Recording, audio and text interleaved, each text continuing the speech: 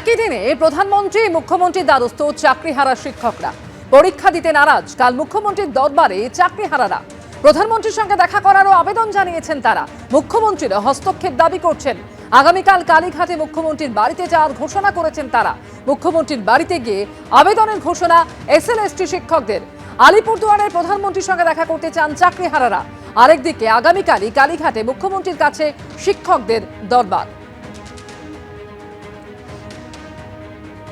2016 SLST প্যানেলের যোগ্য শিক্ষিকা কয়েকজন 5 জন বা 6 জন আগামীকাল মুখ্যমন্ত্রীর সঙ্গে দেখা করার আবেদন নিয়ে তাকে আমাদের কিছু দাবি দেওয়া জানানোর জন্য যাব। এই পরিকল্পনা এখনো পর্যন্ত ঠিক করা হয়েছে, কারণ যে পরীক্ষার কথা বলা হচ্ছে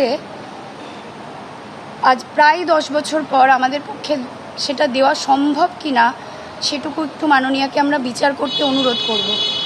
পরীক্ষা যখন দিয়েছিলাম আজ থেকে ঠিক প্রায় 10 বছর আগে 2016 ডিসেম্বরে, তখন আমাদের যে বয়স ছিল সেই বয়স আমাদের প্রত্যেকেরই প্রায় 9-10 বছর বেড়ে গেছে প্রথমত। দ্বিতীয়ত, আমরা প্রত্যেকেই বৃহত্তর সামাজিক জীবনে প্রবেশ করেছি, প্রত্যেকেরই সংসার আছে, এবং বিশেষ করে আমাদের মেয়েদের সংসার, শ্বশুরবাড়ি, বাচ্চা সামলে পড়াশোনা করাটা একটা চ্যালেঞ্জিং। আমি সম্ভব নয় বলছি না, ইটস টু চ্যালেঞ্জিং।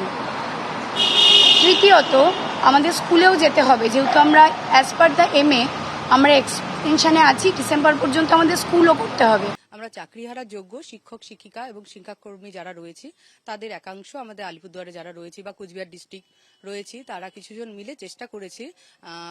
অফিসিয়ালি প্রথমে আমরা প্রেসিডেন্ট যিনি রয়েছেন, বিজেপির সভাপতি যিনি রয়েছেন, তার সাথে আমরা প্রথমে দেখা করেছিলাম। অফিসিয়ালি তাকে আমরা জানিয়েছি।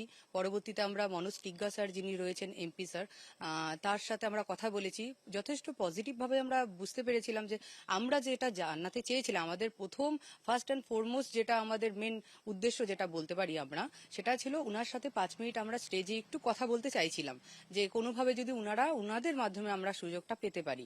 আর ওনারাও যথেষ্ট আশাবাদী কথাই আমাদের শুনিয়েছিলেন। তা আমরা চেষ্টা করছি এখনো যাতে আমরা একটু সুযোগ পেতে পারি। 2016 এসএলএসটি প্যানেলের যোগ্য শিক্ষিকা কয়েকজন 5 জন বা 6 জন আগামীকাল মুখ্যমন্ত্রীর সঙ্গে দেখা করার আবেদন নিয়ে তাকে আমাদের কিছু দাবি দেওয়া জানানোর জন্য যাব। এই পরিকল্পনা এখনো পর্যন্ত ঠিক করা হয়েছে, কারণ যে পরীক্ষার কথা বলা হচ্ছে আজ প্রায় 10 বছর পর আমাদের পক্ষে সেটা দেওয়া সম্ভব কিনা সেটুকু একটু মাননীয়াকে আমরা বিচার করতে অনুরোধ করব। পরীক্ষা যখন দিয়েছিলাম আজ থেকে ঠিক প্রায় 10 বছর আগে 2016 ডিসেম্বরে, তখন আমাদের যে বয়স ছিল সেই বয়স আমাদের প্রত্যেকেরই প্রায় 9-10 বছর বেড়ে গেছে প্রথমত। দ্বিতীয়ত, আমরা প্রত্যেকেই বৃহত্তর সামাজিক জীবনে প্রবেশ করেছি, প্রত্যেকেরই সংসার আছে, এবং বিশেষ করে আমাদের মেয়েদের সংসার, শ্বশুরবাড়ি, বাচ্চা সামলে পড়াশোনা করাটা একটা চ্যালেঞ্জিং। আমি সম্ভব নয় বলছি না, ইটস টু চ্যালেঞ্জিং। তৃতীয়ত, আমাদের স্কুলেও যেতে হবে, যেহেতু আমরা অ্যাজ পার দ্য MA আমরা এক্সটেনশনে আছি, ডিসেম্বর পর্যন্ত আমাদের স্কুলও করতে হবে।